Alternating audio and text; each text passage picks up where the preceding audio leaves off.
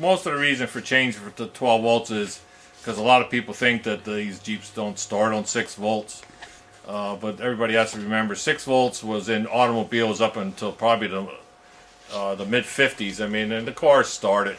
It's just that most of the time you get an old vehicle, whether it's a Jeep or anything else, and it don't want to start, probably the starters wore out.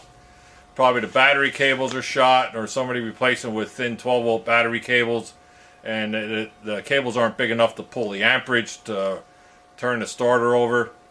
But if you get everything back to snuff, if you get the starter rebuilt, get the cables on, have good wiring harnesses on it and stuff, the 6 volt starts just fine. It's a little bit slower, but they still start. Most of my old Jeeps I still have 6 volts, and I really don't have any trouble with them. You know, they'll sit there for a couple months and you pump the gas and pull the choke, and they start. If you're putting a V8 or something in a Jeep and stuff, well, yeah, yes, you want to go to 12 volts. Or if you're going to put a lot of off-road lights on and a lot of accessories and you want a stereo in it and all that stuff, well, that's another reason you want to go to 12 volts. It's what anybody, it's whatever the person who has a Jeep, whatever they desire to do, but it's not a necessary thing that you have to do it if you're going to keep it all stock.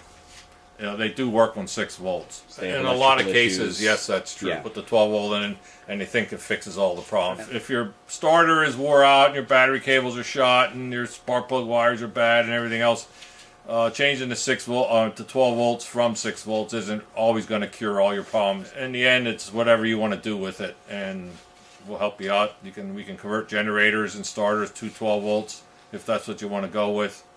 And a lot of starters you can still let 6 volts, and as long as the Jeep starts right away, the starter will last for a long time. But if you got to crank the thing for 15-20 seconds every time you start it, well, it's going to burn that 6 volt starter out. You know, then you'll have to get something else anyway. When you go into 12 volts, you need to change the generator.